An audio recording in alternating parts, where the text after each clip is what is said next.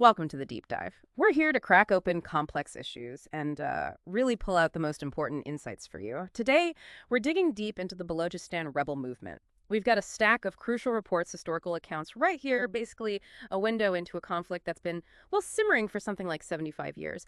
And honestly, as of July 11th, 2025, the world is genuinely starting to wake up to its gravity. Our mission today, to distill the most vital nuggets of knowledge. We want you to really grasp what's fueling this persistent rebellion and maybe understand why it's become so fierce, so incredibly organized lately. Because this isn't just, abstract politics. It's a real struggle. You've got a marginalized ethnic group versus a state they see as an oppressor.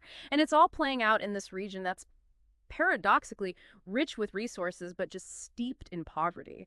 The conflict, I think we can agree, has definitely entered a chilling new phase. Just this past March, we saw the Balochistan Liberation Army, the BLA, carry out this, well, audacious passenger train hijacking. And that was followed by waves of unprecedented attacks, military outposts, government buildings, railway lines. It's a real escalation. So what truly drives this? Why are young Baloch taking up arms in these numbers? As we unpack these reports, we'll get into the history, the economics, the identity issues, all the layers that reveal the heart of this struggle. And what's fascinating here, if you look at the history, is how far back the roots of this conflict really go. You have to think back to the 1947 partition of British India. The story for Balochistan takes a really crucial turn with the Khanate of Kalat. This was a semi-independent state, right, under Mir Ahmad Yar Khan.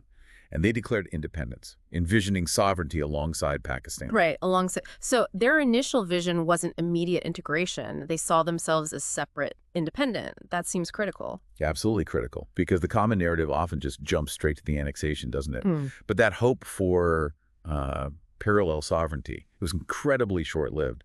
By March 1948, Pakistani forces had invaded and essentially forced Kalat's accession. Now, for Baloch nationalists, this moment is still what they call the original sin. They see it very clearly as military conquest, not a voluntary union. Wow, so that sense of being conquered, not joining willingly. Exactly. And that historical betrayal, even now, it fuels this profound sense of grievance. It shapes their entire struggle against what they see as an imposed, illegitimate authority. And I guess that set a precedent. That wasn't just a one-off act. Did it lead to immediate resistance, or did things sort of fester? It definitely laid down a deep precedent for distrust that just grew over time. Promises of autonomy were made, but then systematically broken as Pakistan centralized power, mostly in its Punjabi-dominated heartland. So you saw these early uprisings starting in the 1950s and 1960s, and they were met with military force, which of course only sowed deeper seeds of resentment. So from the Bloc perspective, it was never really a partnership. Not at all. It felt like subjugation from the start. And that really set the stage for the full-fledged insurgency we're dealing with today. Okay, and this is where the story gets, well, frankly infuriating, but also tragically clear. Balochistan is huge. We're talking 44% of Pakistan's landmass, and it's loaded with natural resources. Gas, copper, gold, you name it, a real treasure trove. But here's the stark injustice, the paradox. Despite all this wealth, it remains Pakistan's poorest province. This isn't just some minor disparity. You could argue it's the very engine of their rage. That paradox is absolutely central. Think about the Sui gas fields, discovered way back in the 1950s. These fields literally powered Pakistan's industrial growth, fueled homes, factories across the country. Yet the local Baloch communities, living right there, often lacked gas in their own homes for decades. It's such a potent symbol of neglect, isn't it? Absolutely. A really powerful, enduring symbol. And fast forward to today, the modern grievances. They focus intensely on the China-Pakistan Economic Corridor, CPEC, and that key Gwadar port. CPEC promises development, sure, but the feeling on the ground, the deep local sentiment, is that the jobs, the contracts, they primarily go to Punjabis and Chinese firms. Displacing local Baloch fishermen, disrupting communities. Exactly. Without providing, commensurate benefits, they feel pushed aside. And is that feeling of displacement, of being sidelined in their own homeland, what drives groups like the BLA to target CPEC infrastructure? That seems to be the direct message. They explicitly frame these projects as, quote, modern colonial plunder. So the attacks are a direct response to that perception. Absolutely. The attacks on roads, ports, convoys, it's a violent reflection of that view. And the official data, it starkly backs this up. Balochistan contributes significantly to Pakistan's resource wealth, no doubt, but its per capita income lags way behind. Literacy rates hover around a dismal 40% compared to the national average of maybe 60%. It's a stark gap. It really is. This Yeah. economic alienation, this lack of local control over their own resources, it's not just a grievance. It feels like systemic theft to many, and that's actively pushing young Balakit towards militancy. It's a wound that just keeps festering. And we connect this to the bigger picture. It's not just about the economics, vital as that is.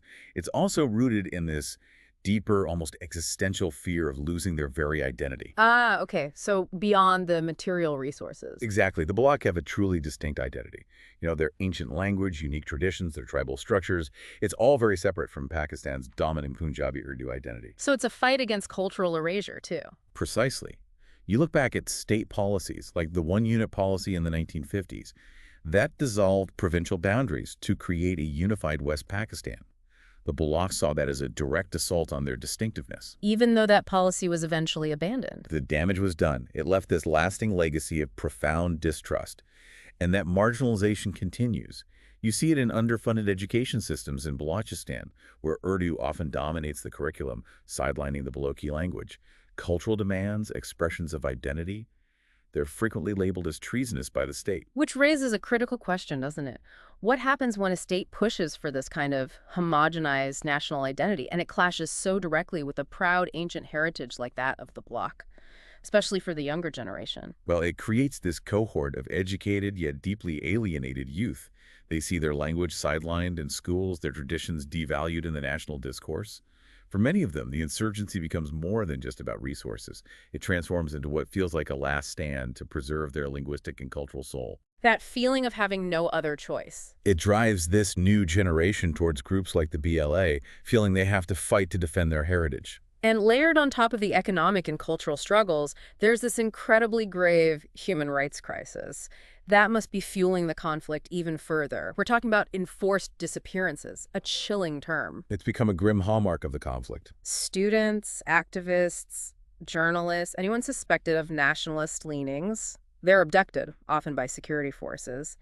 The reports mention families left in agony. One woman quoted, hadn't seen her son in 5 years, no answers, just constant dread. The limbo is torture in itself. And the reality is horrific. Families wait, hope, and then often disturbingly tortured bodies are discovered. These aren't just isolated incidents, are they? The statistics are staggering. Not at all isolated. We're seeing reports hundreds of disappearances documented in just the first few months of 2025.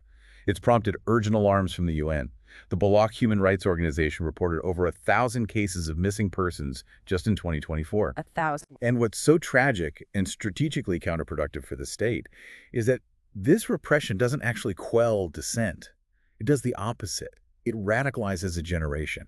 Each disappearance becomes a powerful, undeniable recruitment tool for groups like the BLA. So instead of putting out the fire, these actions are like pouring gasoline on it. Exactly. Yeah. The UN's 2025 reports even use terms like systematic violations, highlighting torture, unlawful detention. This cycle of violence, it's not just a symptom anymore. No, it's a direct catalyst. It actively deepens the wounds and ensures the rebellion continues to burn, perhaps even more fiercely. And what's also really striking here is how the resistance itself has evolved over time. How so? Well, it used to be primarily led by sort of traditional tribal elders, the Sardars, but now it's transformed into a much more sophisticated insurgency. Right. It's driven largely by educated youth and these organized, quite potent groups like the BLA. Was there a particular flashpoint, a moment that really accelerated that shift towards a more militant, organized resistance? There definitely was. I think many analysts point to the 2006 killing of Nawab Akbar Bugti. He was a revered nationalist leader, a major figure. His death sparked just widespread outrage. It significantly boosted militancy, pushing many who might have been on the fence, maybe more moderate, towards taking up arms. And today's BLA, their tactics seem different. Oh, absolutely. They employ advanced tactics now. We've seen suicide bombings, which were rare before. They're forming strategic alliances with other regional militant groups. And that March 2025 train hijacking we talked about earlier, Yeah. that was a very clear demonstration of their growing capability. They're blending classic guerrilla warfare with these high-profile, very disruptive attacks. So it's not just hitting remote military convoys in the mountains I anymore. mean, not at all. They're hitting urban centers now, critical infrastructure. Yeah. That's the new challenge. It feels like a significant escalation. It is. This escalation is peripheral. It's becoming central to Pakistan's overall stability. Military reports coming out of Pakistan, they indicated over 200 security personnel were killed in Balochistan in 2024 alone. 200. That really underscores the lethality. It absolutely does. It shows the growing capability and the serious challenge this rebellion now poses to the Pakistani state. Okay, so with all this internal conflict, this escalating violence, what does it mean for the wider world? Balochistan's location alone makes this more than just a domestic issue, right? Absolutely. Its strategic location gives this internal struggle major global implications. We mentioned CPEC, the China-Pakistan Economic Corridor. That massive project links China directly to the Arabian Sea via the Gwadar port in Balochistan. Right, so that makes Balochistan a geopolitical flashpoint almost by definition. Precisely. And the attacks we've seen on Chinese nationals on CPEC projects, the damage estimates are huge, something like $2 billion by mid-2025. That has to be drawing intense scrutiny from Beijing, putting enormous pressure on Pakistan to secure the region. No question. China has huge investments at stake. And then you add another layer. Pakistan frequently accuses India of supporting Baloch insurgents. Which adds that whole India-Pakistan rivalry into the mix. Exactly. It fuels regional tensions. And we can't forget Iran either. Iran shares a long porous border with Balochistan. They have their own Baloch population and concerns about cross-border militancy spilling over. So it's a really tangled web of internal conflict and external interests. Very tangled. These international dimensions, they amplify the conflict's urgency, definitely. Yeah. They raise the pressure for some kind of solution. But they also complicate things immensely because all these external players have their own competing interests. Okay, so let's try to summarize the core takeaways from our deep dive today.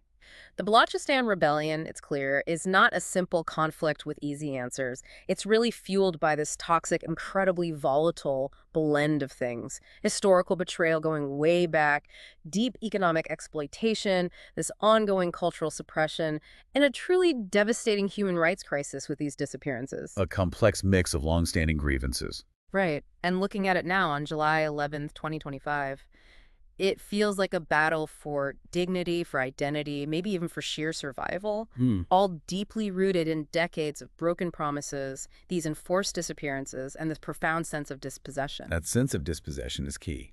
And with this conflict-hardened generation now leading an increasingly sophisticated, more lethal insurgency, the question really shifts, doesn't it? It seems less about how to simply stop the rebellion militarily and far more about how to genuinely heal these deep, deep wounds. Addressing the root causes is the only long-term path. Exactly. Addressing the economic inequity, the cultural erasure, the systemic violence. It requires this profound reckoning that, frankly, Pakistan has yet to fully embrace. Yeah. Now, this complex, often painful saga really invites your perspective. We've laid out what the reports and history tell us, but is the Baloch Rebellion, in your view, a just fight against oppression? Or is it primarily a destabilizing security threat? Or maybe both? We genuinely challenge you to leave a comment with your thoughts. Do you agree or disagree with our summary of this incredibly important and often overlooked topic? And hey, if you want to keep getting great information like this, unpacking these complex global issues, be sure to visit Mind Expansion Daily. And please, don't forget to like and subscribe to Mind Expansion Daily. It really helps support our coverage of these overlooked stories, bringing light to conflicts like Balochistan's, where history, identity, and power collide in such dramatic ways.